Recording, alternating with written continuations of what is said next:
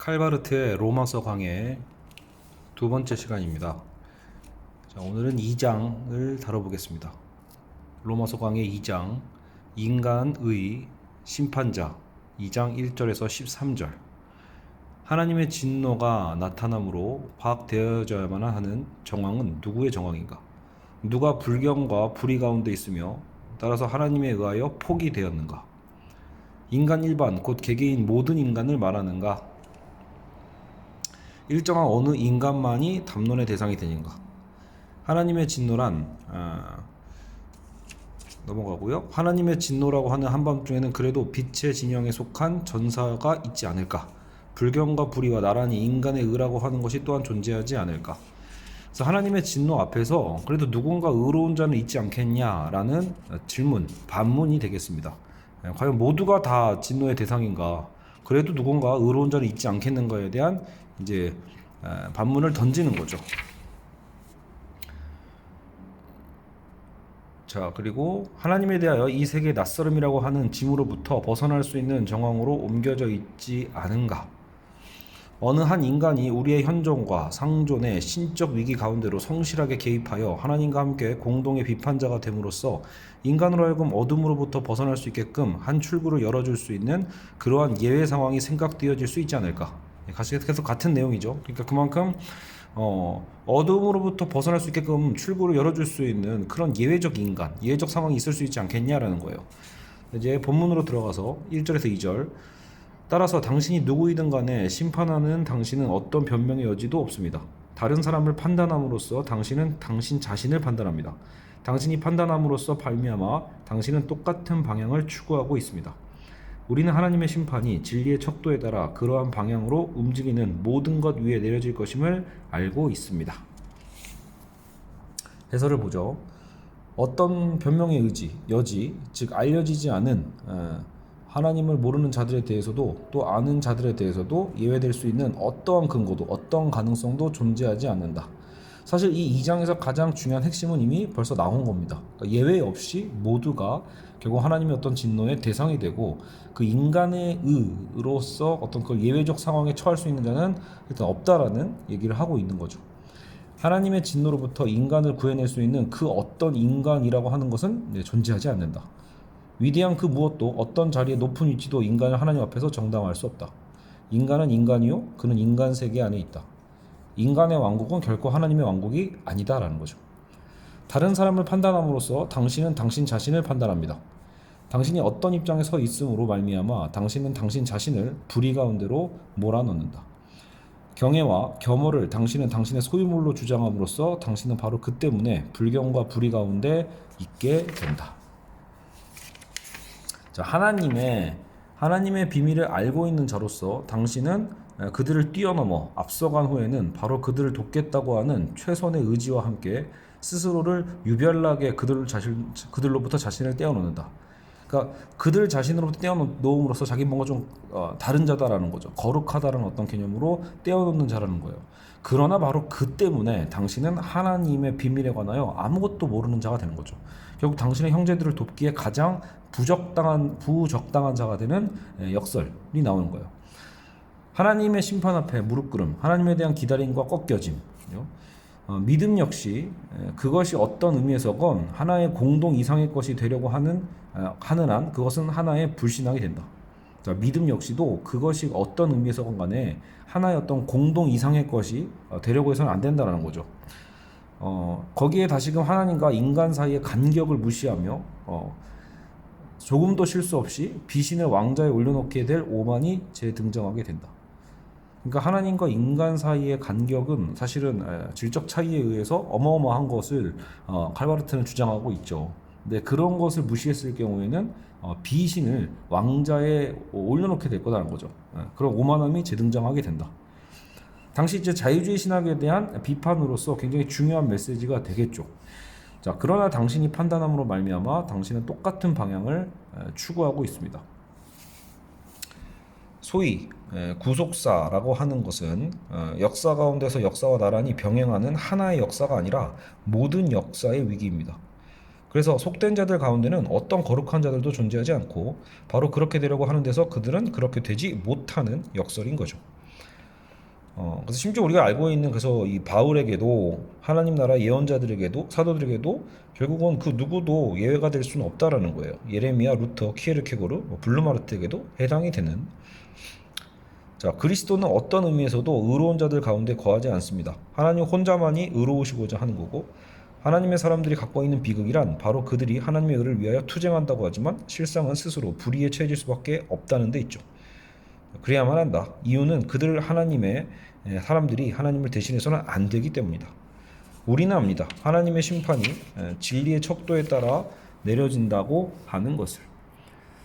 자, 그리고 믿음이라고 하는 것은 그 어떤 역사적 심리적 현실성을 요구하는 것이 아니라 말로 표현할 수 없는 하나님 현실성 이라고 하는 한에서 믿음이라고 하는 사실을 그들은 알고 있다. 자, 믿음 그 자체는 다른 모든 인간적인 것들과 마찬가지로 의롭게 하지 못한다는 것을 알고 있다. 그 믿음 그 자체가 다른 모든 인간적인 것과 마찬가지로 의롭게 하는 건 아니라는 거예요. 믿음만으로. 그들은 하나님의 심판이 진리라고 하는 척도에 준하여 내려질 것임을 알고 있다. 이렇게 하고 있고요. 자, 3절로 넘어가 보죠. 여보시오, 판단하고 같은 일을 하는 당신이 하나님의 심판을 면할 것이라고 생각합니까? 혹은 당신이 그의 자비의 풍성하심과 관용과 인내를 오해하여 하나님의 자비가 당신을 회개시키기 위함인 것을 깨닫지 못합니까? 이로써 당신은 당신의 완고함과 당신의 회개치 않으려는 마음으로써 하나님의 진노와 그의 공정한 심판이 나타나는 날에 진노의 불을 쌓아 올리고 있는 것입니다. 자, 해설을 보죠. 바로 당신이 하나님의 심판을 면할 것이라고 생각합니까? 이 구절이죠. 하나님에 의해 인간적 의에 주어진 그것을 이 인간적 의는 인간적 가능성과 현실성으로 치부해 버린다.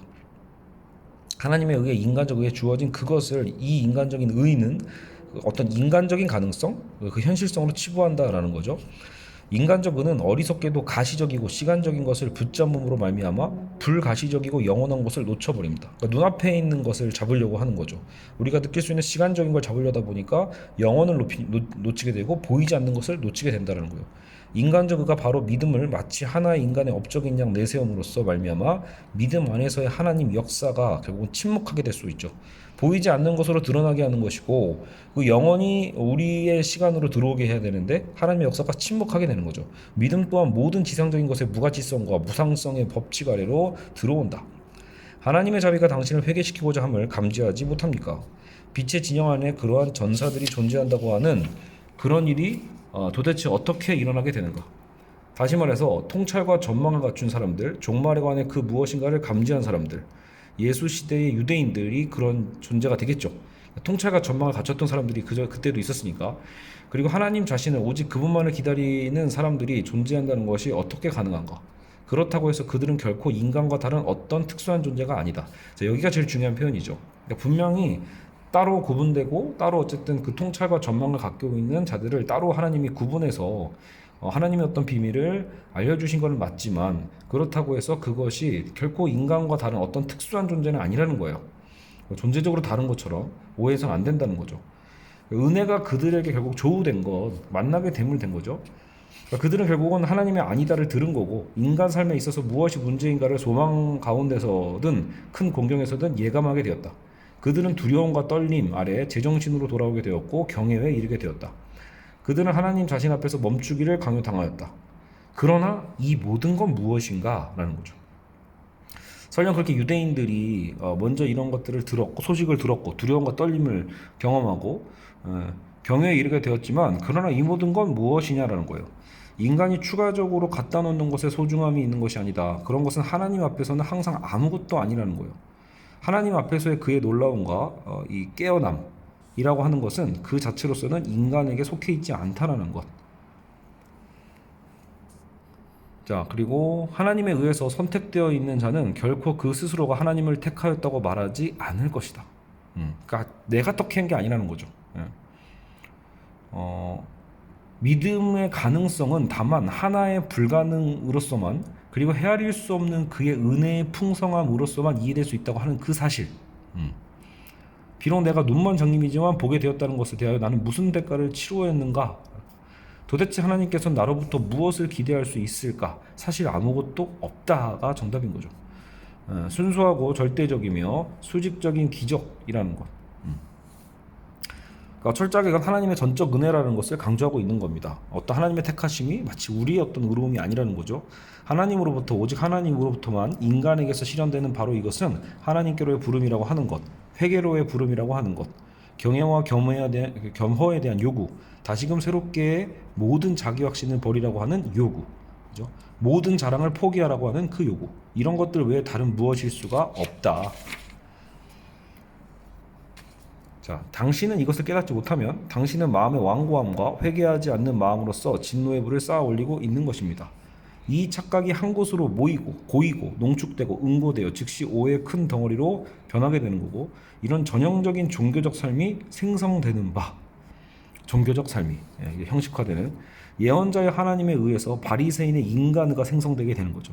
그러니까 이 바리새인적인 의가 결국은 이런 측면에서 나오게 된다라는 거죠. 전적인 하나님과 어떤 차이를 무시하고 뭔가 우리 안에서 어떤 의로움이 있지 않을까라는 바로 그런 어떤 교만함 속에서 그가 스스로 절정에 서 있다고 생각하는 순간 벌써 그는 추락하고 있는 것이죠.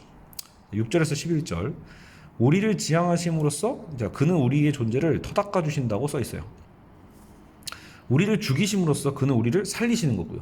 우리 모두가 변신됨으로써 우리들은 구속되는 거고요. 자, 그래서 바로 이것이 문제의 핵심이다. 이 하나님 앞에 의인 또한 서 있다. 바로 의인, 곧 믿는 자, 그가 하나님 앞에 서 있으니 이 하나님은 각자 모두에게 그들이 한 일에 따라 갚으실 것입니다. 이 6절에서 11절 말씀이 바로 여기 시작되는 거죠. 선한 일의 특징이 되는 끈기를 갖고서 하나님의 영광과 명예 그리고 영원함을 추구하는 자들에게는 영원한 생명으로, 그러나 노예적 근성에 의하여 움직이고 진리에 복종하지 아니하는 자, 그리고 불의에 복종하는 자들에게는 진노의 붕괴가 기다리고 있습니다. 유대 사람이건 그리스 사람이건 악을 행하는 자에게는 그들의 마음에 공공과 당혹이 기다리고 있습니다. 그러나 유대 사람이건 그리스 사람이건 선을 행하는 자들에게는 영광과 존귀와 평화가 기다리고 있습니다. 왜냐하면 하나님에게서 있어서는 사람의 겉모습이란 있을 자리가 없기 때문입니다. 이렇게 11절이 끝나죠. 그는 각자 모두에게 그들이 한 일에 따라 갚으실 것이다 라고 얘기하십니다. 즉 그에게서 무엇이 선하고 악한 것인가가 결정되는 거고, 그에게서 우리는 우리의 의미 혹은 우리의 무의미를 체험한다. 그러니까 우리는 그에게서 무엇이 선하고 악한가를 결정하는 거고 우리가 결정하는 것이 아니죠. 영광과 존귀와 영원한 것을 추구하는 자들에게 영원한 생명으로 갚으신다. 자, 믿음이라고 하는 질그릇은 비록 그것이 보잘것없는 것으로 여겨진다 해도 영원한 생명의 내용을 갖고 있다는 것이 일어날 수 있다. 인간적 기다림과 서두름의 끈기라고 하는 것이 인간 안에서 그리고 인간을 통하여 일어나는 것이죠. 곧 선행의 표지라는 것이 일어날 수 있다. 그러나 이 가능성은 인간적으로 성취될 수도 현실적으로 표상될 수도 없다라는 것. 그러한 가능성이 존재한다면 그것은 전적으로 하나님으로부터만 오는 가능성일 뿐이죠. 하나님의 사람과 이 세상 사람이 동일선상에서 움직이고 있으니 곧 약속, 그리고 약속에만 양자는 함께 참여한다. 자, 믿는 자, 곧 선을 행하는 자는 결코 내가 행한다라고 말하지 않고 항상 하나님께서 행하신다라고 말할 것이다. 하나님께서 지불하신 것이다. 자, 그리고 또 다른 기적이 일어날 수 있다. 그러나 또 다른 기적이 곧 하나의 경악스러운 기적으로서 불의를 쫓는 자에게는 진노가 기다리고 있다는 것이죠. 자, 그래서 하나님께서 사람의 행위를 진노와 역겨움이라고 하는 대가로 갚으시는 것일 수 있다라는 것. 자, 여기 보면 어느 때든 어떤 형식으로든 인간의 의라고 하는 것은 거기에 계신 하나님 앞에 어떤 가치도 인정받지 못하며 따라서 판매되지 못한 채 남겨질 수 있다는 가능성 앞에서 결코 자신할 수 없는 것이다. 하나님에게서 있어서는 사람의 겉모습이란 있을 자리가 없기 때문입니다라는 구절이 있죠. 어느 한 사람이 심리적 역사적으로 다른 사람 앞에 특별히 두드러지게 나타나게 되는 건 오직 인격일 뿐이니 곧 하나의 형태요 가면이며, 그러니까 인격이라는 것도 겉으로 드러남이라고 지금 얘기를 하고 있어요. 심지어 역사로 뭐 다른 사람 앞에 특별히 우리가 나타나게 되는 건 인격, 형태, 가면 다 외면적인 거라고 얘기를 하고 있어요. 무대에서 넘겨받은 역할일 뿐이다. 그 자체 내에서는 자신의 가치를 지니고 있긴 하지만 어떠한 영원한 포상도 의미하지는 않는다라는 거. 그래서 우리는 사실은 그 형태와 어떤 인격의 그것을 갖고 근거로 삼아서는 안 되겠죠. 그래서 하나님은 가면을 보시는 분이 아니라는 거예요. 가면을 보시지 않는다. 의인 역시 의인이라고 하는 역할로서 하나님 앞에 서 있는 것이 아니고 그가 실제로 무엇인가 하는 그것으로서 하나님 앞에 서 있다. 아마도 그는 영원한 것을 구하는 자로서 은혜를 받았고, 그죠? 불의의 종으로서 저주를 받았을 것이니 여하튼 투명하게 뒤져졌고 조사되었소. 그죠? 인간은 인간이고 하나님은 하나님이다. 계속 나오는 반복적인 해설이죠. 자, 12절에서 13절.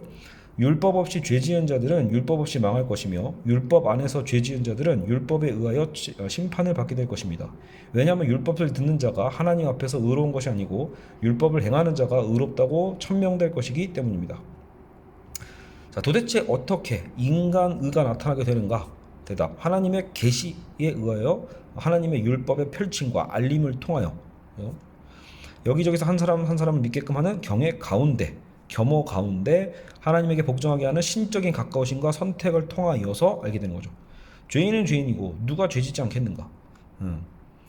율법이 자신들에게 알려지지 아니하여 율법 없이 죄를 짓는 인간 부류와 그와 반대로 알려진 율법 가운데서 죄 짓는 다른 부류의 인간들 사이에 놓여 있는 그 차이. 하지만 인간 위에 내려지는 본래의 결단, 곧 그의 파멸과 구원에 대한 결단, 하나님의 진노 아래 계속 머물러 있음과 구원받음은 위에 언급된 차이의 기준에 따라 내려지지는 않는다. 양자의 어느 경우라도 파멸만이 있을 뿐이다. 결정적인 것은 율법의 행함이다.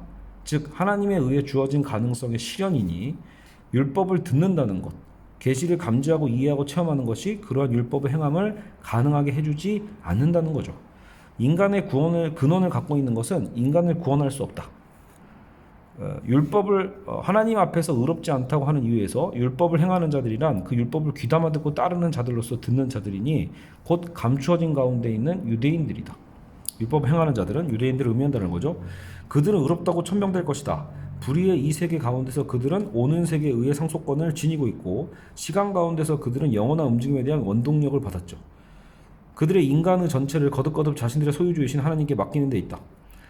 그들의 의란 자신들의 의를 근본적으로 포기하는 데 있습니다. 율법이 이러한 의미에서 율법을 행하는 그러한 자를 발견하고 계시가 그러한 신앙을 발견하는 그곳에 그리스도가 있는 거죠. 그리스도 그는 곧 믿는 자 모두의 의를 위한 율법의 목표이신 분이신 거죠. 자, 심판 2장 14절에서 29절까지를 맡고 있습니다. 실제로 2장은 29절에서 이제 그렇죠. 29절에서 끝이 납니다. 그래서 이제 심판에 대한 부분이에요. 자, 14절에서 16절까지 먼저 읽겠습니다. 율법을 갖고 있지 않은 이방인들이 그들의 자연 상태에서 율법이 요구하는 것을 행하는 일이 일어나게 되면 그들은 율법을 갖지 않고도 스스로가 하나님의 율법입니다. 그러한 사람들은 그들의 마음에 쓰여져 있는 바 그들의 양심 그리고 서로 고발하기도 하고 변명하기도 하는 생각이 이에 대한 증거입니다. 곧 율법에 의해 요구된 행위를 하나님께서 나의 복음에 의하면 그리스도 예수를 통하여 인간의 감춰진 것을 심판하시는 그날에 나타냅니다. 자, 율법을 갖지 아니한 이방인들이 율법이 요구하는 것을 행한다라는 거죠. 율법은 하나님으로부터 주어진 계시이니 바로 주어진 계시고 일단 막을 내린 계시예요. 일단 막을 내렸다라고 표현하고 있어요.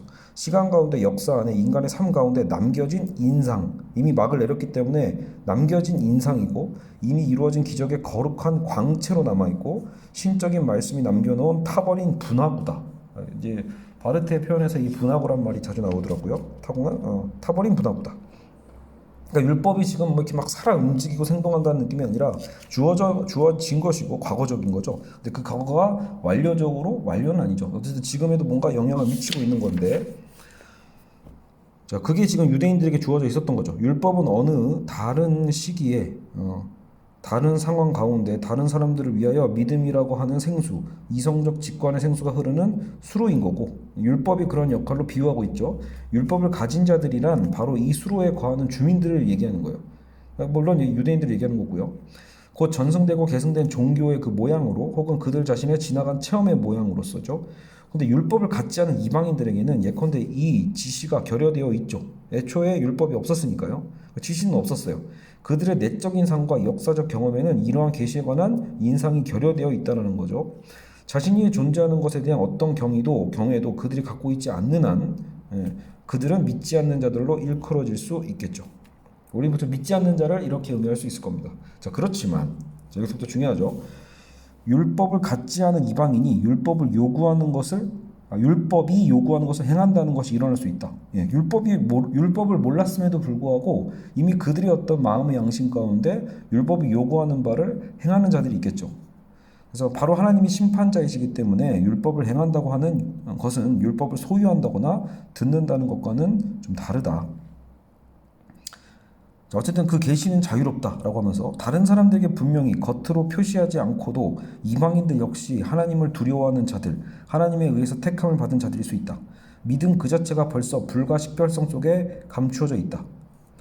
이방인들 가운데서도 불안과 충격과 경외가 존재한다라는 거죠. 계시가 없어도 계시가 없고 그러니까 율법을 받지 않은 이방인들 안에서도 삶 가운데서 불안과 충격과 경외가 존재한다라는 거예요. 그래서 하나님은 그것을 보고 이해하신다. 인간의가 아직까지도 의구심을 갖고 견눈질하고 있는 그곳에서 벌써 오래전에 하나님의 의는 열려져 있었다라는 거예요. 그들의 자연 상태 가운데서 그들은 율법을 행한다. 그래서 자연 상태, 그러니까 뭔가 율법이 들어와 있지 않은 그 상태, 본연의 어떤 그 상태 안에서도 그들은 율법을 행할 수 있다라는 거죠.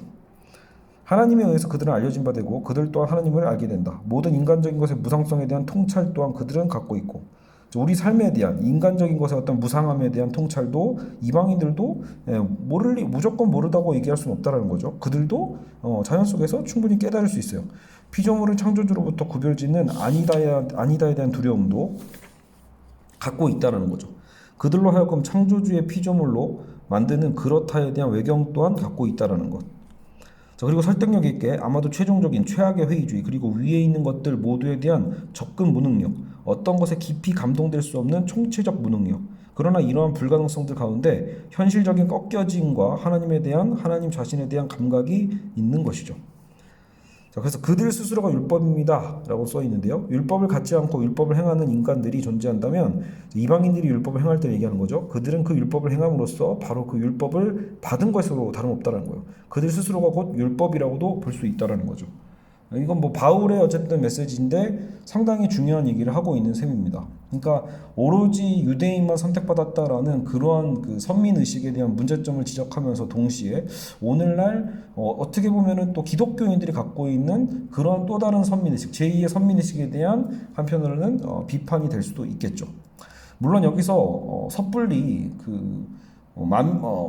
보편구원론, 모든 사람이 다 구원받고 지옥은 없다라는 어떤 개념으로 바로 그렇게 다이렉트로 논리적인 도약이 일어나서는 안 되겠죠. 그래서 그런 건 아니겠지만 분명히 이 율법 그 자체의 여부만으로 판단되지 않는다는 것, 율법을 받지 않은 이방인들도 충분히 그 안에서 구원받을 수 있는 그 가능성에 대해서 열려있는 성경 구절이라고 볼 수 있겠습니다.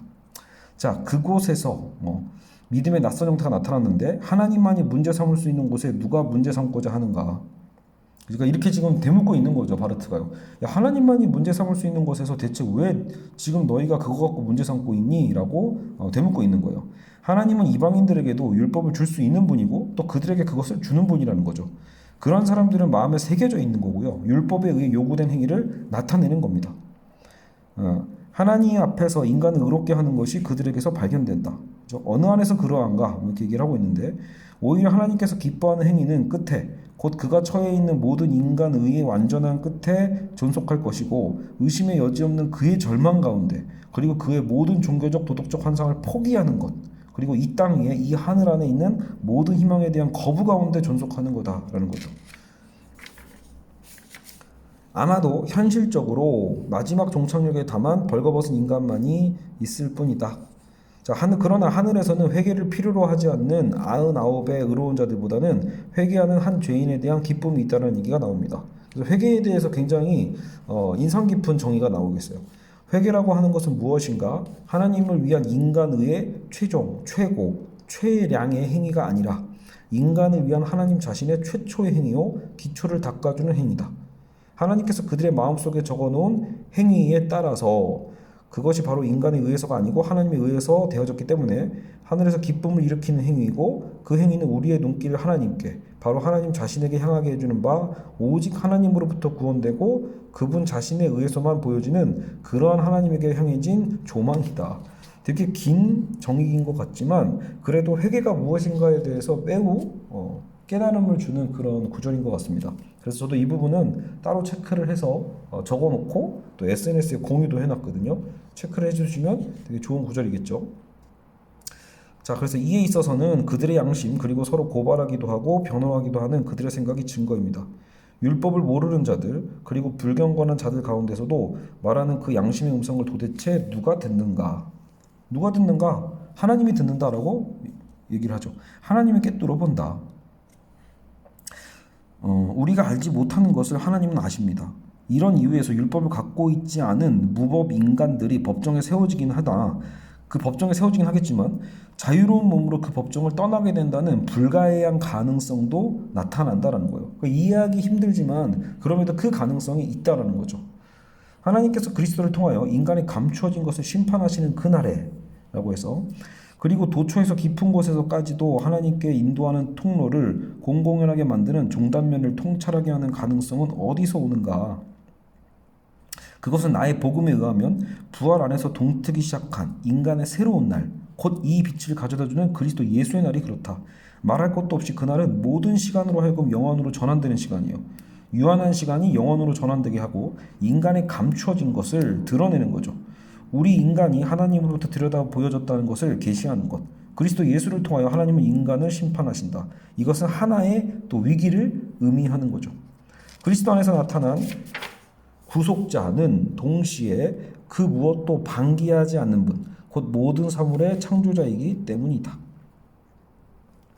그래서 의로운 자건 의롭지 않은 자건 알려지지 않은 하나님 앞에 동일한 정지, 이의 명령이 그들에게 떨어진 후에 그들은 그리스도 안에서 아버지께로 인도되는 동일한 통로를 얻게 되는 거죠. 그러니까 우리는 멈춰서야 되는 거고 우리는 하나님 앞에서 하나님의 아니오를 듣고 우리의 그 위기 속에서 우리는 응답하는 것이죠. 우리의 의가 아니라. 그래서 모든 육체는 풀과 같으며 하나님께서는 모든 인간들이 도움받기를 원하신다. 인간의 감추어진 것을 심판하시는 분이죠. 하나님 자신이 하나님의 질문을 던지고 그 질문에 대답을 주며 모든 계층, 모든 시대의 모든 인간을 경고와 약속 아래 세워놓는다. 이로써 그가 걷는 교차선은 비명시적이고 접근 불가능하며 영원히 뛰어넘을 수 없고 영원히 불안하게 한다. 자, 그러나 그리스도의 복음이 지니고 있는 바로 이 엄격함이 동시에 그 복음에 자유롭게 하는 것, 관대한 것, 그리고 자애로운 것이죠. 우리 모두가 이해하지 못하는 하나님은 자신을 우리에게 설득시키지 않고는 우리를 놓아주지 않는 하나님입니다. 숨어 계신 하나님, 인간의 감추어진 것에서 멀리 떨어져 있지 않으시니 바로 하나님과 인간의 감추어진 가운데 궁극적인 결단이 내려진다는 것이 분명하게 되면 될수록 더더욱 그는 멀리 떨어져 있지 않다라는 거죠. 자, 그러나 하나님이 심판자이시기 때문에 하나의 절대적인 자제가 인간에게 요청된다. 이렇게 얘기하고 있습니다. 자, 17절에서 이제 25절 후반부로 갑니다. 스스로를 유대 사람이라고 일컫고 율법의 소유에 대해 신뢰를 가지며 하나님을 자랑하고 율법 안에서 교육받은 자로서 그의 뜻을 알고 무엇이 중요한가에 대한 통찰을 갖고 있으며 더군다나 스스로 소경의 인도자라고 자처하고 어둠 가운데 있는 자들의 빛이라고 자처하며 스스로 율법 가운데 지식과 진리의 완전한 각인을 자신 앞에 갖고 있기 때문에 우둔한 자의 양육자요 미성숙한 자들의 선생님을 자처한다면 타인을 가르치는 자로서 당신은 당신 자신을 가르치지 않습니까? 이게 가장 중요한 구절이죠. 타인을 가르치는 자로서 당신은 당신 자신을 가르치지 않습니까? 도둑질하지 말라고 설교하면서 당신이 스스로 도둑질합니까? 간음하지 말라고 말하면서 당신이 간음합니까? 우상을 멸시하면서도 당신은 성소의 물건을 훔칩니까? 율법을 자랑하면서 율법을 범하여 하나님의 명예를 손상시킵니까?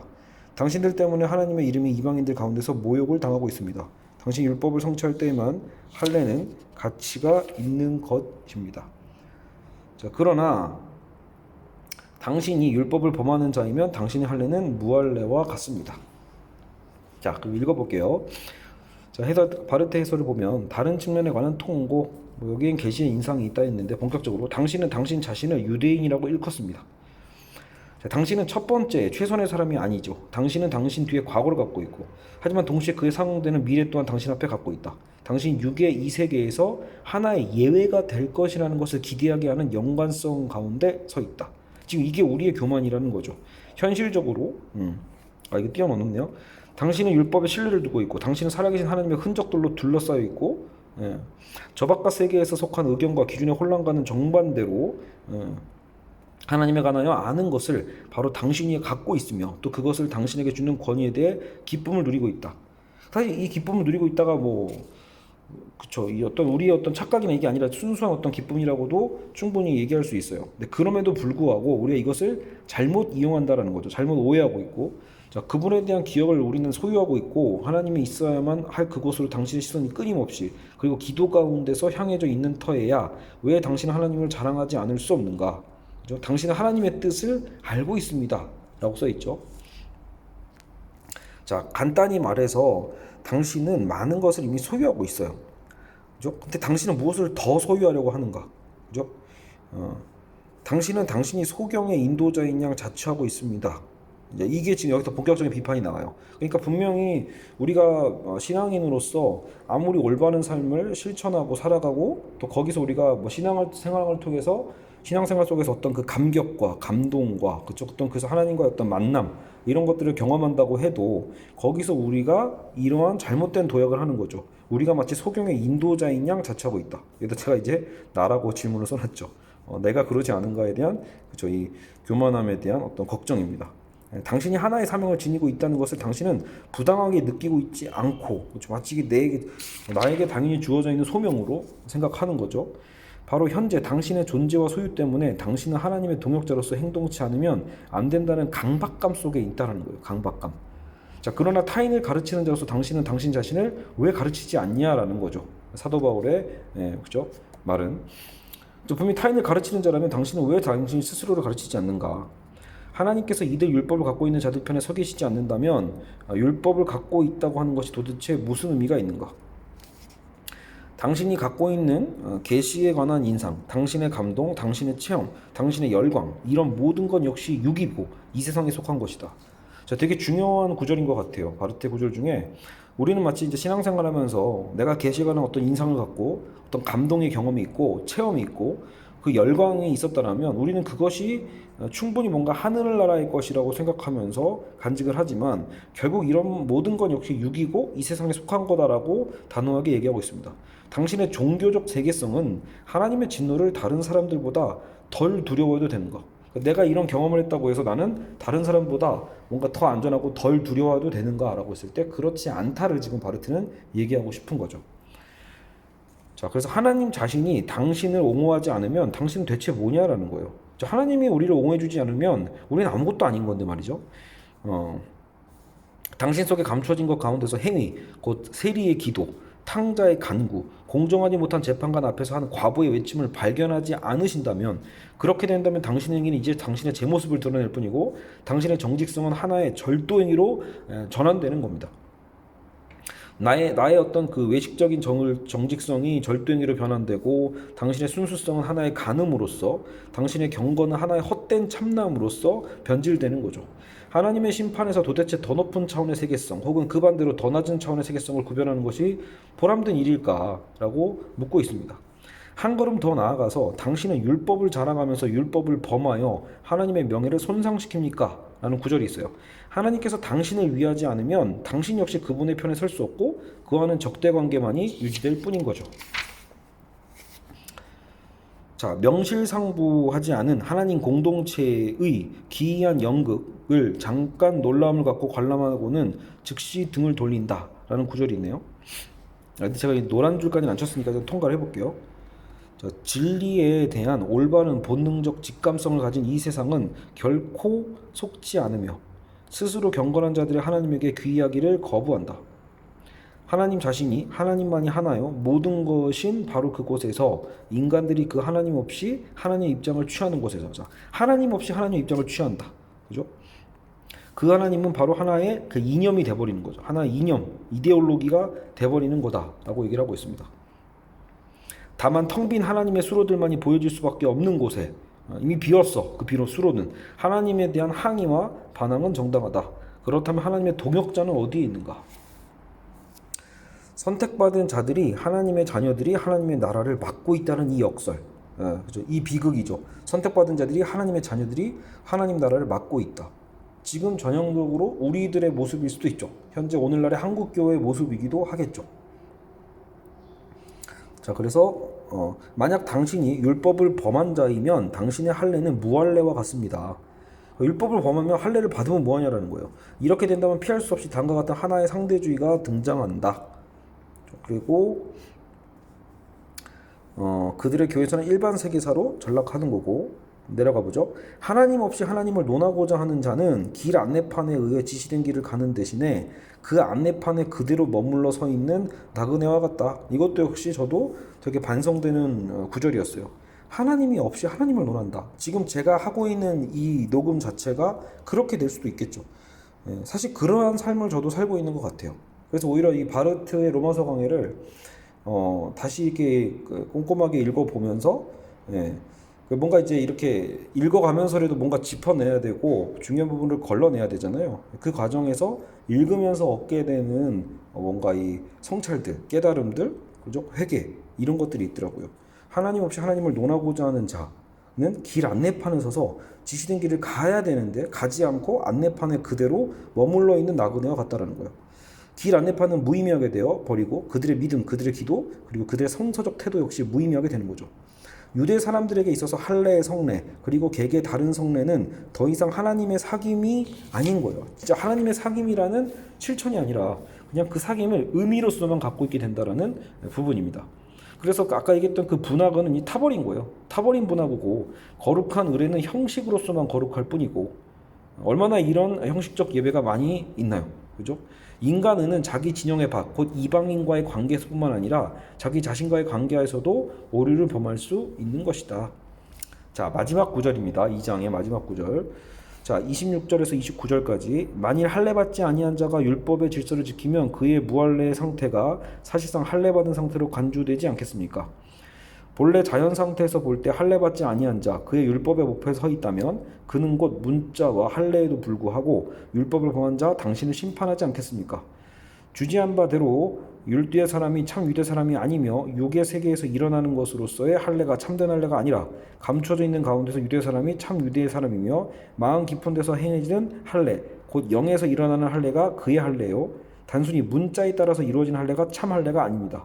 그러한 자에게는 상이 인간으로부터 주어진 것이 아니고 하나님으로부터 주어지는 것입니다. 자, 이제 마지막 해설이죠. 궁극적 가능성이 나타났다. 자, 어쨌든 결속되어 있고 불가사의한 하나님의 긍휼에 의하여 지니게 된다. 인간의 의란 그 자체로서만 두고 볼 때 하나님의 망상이다. 즉 이 세상에는 의가 존재하지 않는다. 자, 분명히 얘기하고 있죠. 이 세상에는 인간의 의가 존재하지 않죠. 그러나 하나님 앞에서의 의, 하나님으로부터 근원되는 의는 존재할 수 있다. 자, 그러나 하나의 새로운 인간이 존재할 수도 있을 것이다. 온갖 상반성에도 불구하고 하나님으로부터 창조되고 하나님께로 지향된 새로운 인간이 존재할 수 있다. 자, 뭔가 이제 반전적인 어떤 내용이 좀 잠깐 나왔죠. 할례받지 않은 상태가 할례받은 상태로 계산되는 것. 다시 말해서 불경건성이 하나님에 의하여 하나의 경건으로 영원한 삶으로 지불된다라고 되죠. 불경과 불의가 경애와 겸으로써 하나님의 장부에 기장되는 것, 뭐 이렇게 얘기를 쭉쭉 똑같은 표현이 나오고요. 비슷한 표현이 모든 공로 없이, 모든 명백한 터닥금 없이, 그리고 그것을 위하거나 혹은 반대할 수 있는 가능성 없이 하나님 자신, 곧 알려지지 않은 하나님이 우리에게 알려진 사물의 연관성 가운데로 불가이하게 돌입하시는 것, 곧 새로운 세계의 불가능한 가능성, 인간에게 있어서 불가능하고 하나님에게 있어서 가능한 것. 하나님은 자신의 척도에 따라 계산하신다. 하나님은 여기서 믿지 않는 자들을 율법의 목표로 인도하시고 그의 사귐의 빛 가운데로 인도하시며 나쁜 상태에 있는 세상에 있게 한다. 자, 그리고 자신의 법에 따라 심판하신다. 하나님은 영이시니 그 영은 마음 안에 거하시기도 하고 또 거하지 않으시기도 한다는 것. 인간적인 법조문에 기대기도 하고 기대지 않을 수도 있다는 것. 그죠? 하나님께서 오로지 그만이, 그리고 그 자신이 스스로 보상하시니 자신이 보상하려는 의지에 따라 그렇게 하신다. 무엇을 우리는 그에 대하여 찬반 가부만 말할 수 있는가? 하나님께서 부당하신가? 라고 지금 반문을 하고 있죠. 그러니까 무엇을 우리는 그에 대하여 찬성하든 반대하든 그 가부만을 말할 수 있는가? 하나님께서 정말 부당하신가라고 되묻는 거죠. 그리고 우리는 정말 더 나은 법 우리는 알고 있는가? 전적으로 맡기라는 거죠. 우리 삶의 영원한 진리가 아니신가? 우리는 우리의 진리들을 갖고서 무엇을 하고자 하는가? 하나님의 영광이 빛나려고 하고 하나님의 의가 계시되려고 하기 때문에 그의 행위의 실천, 보관은 비명시적이어야 하고 전대미문의 것이어야 한다. 우리 안에서 이해되고 우리가 모든 것으로 접촉되고 우리 안에서 무언가의 의가 나오는 방식이라면 잘못된 거죠. 하나님은 우리가 그에게 부여하는 법에 따라 살지 않으셨다. 그는 자기 자신의 법에 의한 하나님이다. 하나님의 진노로부터 구제에 대한 요구가 존재한다. 즉 모든 권리 주장이 포기되고 하나님 자신에 의하여 거꾸러지고 하나님의 아니다가 최종적이며 하나님의 진노가 피할 길이 없는 곳, 하나님이 하나님으로서 인지되는 그곳에서이다. 자, 그리고 계속 그냥 그대로 읽을게요. 하나님과 인간 사이의 역사, 바로 이 역사가 이루어져야만 할 뿐이기 때문에 곧 그에 관하여 어떠한 역사도 이야기될 수 없는 그러한 역사가 시작되는 곳, 곧 영원한 곳, 거기이다. 영원한 곳. 인간이 자기 자신의 발밑에 디딜 그 무엇을 갖고 있지 않기 때문에, 우리가 디딜 곳은 없어요. 그 디지 않기 때문에 탐구하여 도달할 수 없는 그 하나님을 사랑하기를 감행하는 곳에서, 그렇죠? 그곳이 영원한 곳이죠. 이건 역시 축복에 대한 존경이 아니고 그 축복의 영원한 인식 근거, 이것이 바로 예수 그리스도 안에서 관건이 되는 문제이다 라고 하면서 2장을 마무리하고 있습니다. 여기서 이제 2장에서는 그래서 이제 하나님의 심판으로도 얘기를 하고 있지만 3장에서 바로 하나님의 의가 등장하고 거기서 율법에 대해서 다시 다루고 있습니다. 일단 2장에서는 인간의 의, 3장은 하나님의 의를 대비적으로 다루고 있으니까 아마 우리는 3장에서 더 대비된 어떤 내용과 표현들을 볼 수 있겠죠. 자, 어쨌든 오늘은 이렇게 칼바르트 로마서 강의 이제 2장 부분을 함께 읽어봤습니다. 제가 뭐 따로 그렇게 해설할 만할 필요가 없는 게 바르테가 어쨌든 해설을 자세하게 하고 있고 다만 좀 어려울 뿐이죠. 그리고 간혹가다 이 번역이 좀 잘못했다 이건 아닌데 제가 잘 모르는 단어들이 또 있기 때문에 한편으로는 예전에 그 복 있는 사람 버전을 괜히 팔았다 이런 후회도 좀 됩니다. 어쨌든 같이 비교해서 읽었으면은 훨씬 더 좋지 않았을까 생각이 드네요. 지금 저는 한들 출판사 제일 먼저 나왔던 번역본이죠. 그래서 조남홍님께서 번역해주신 로마서 강해를 진행하고 있습니다. 느리긴 하지만 어쨌든 저도 음미하면서 읽고 있는 만큼 천천히라도 이렇게 같이 함께 읽는 시간을 갖도록 하겠습니다. 조금이라도 도움이 된다면 여러분 그래도 좋아요 표시나 댓글 남겨주시고요. 어쨌든 그 응원에 따라서 가끔 확실히 그런 생각이 들어요. 댓글을 통해서 정확하게 무언가를 요구하시거나 얘기해 주실 때 확실히 영향을 받더라고요. 다음에는 저 수업을 좀 해봐야겠구나 라는 생각이 들거든요. 어쨌든 여러분 이 칼바르트 로마서 강에 함께 최대한 저도 바라건대 어쨌든 로마서를 끝까지 한번 함께 갔으면 좋겠습니다. 네, 여러분 오늘 이 시간도 수고하셨습니다.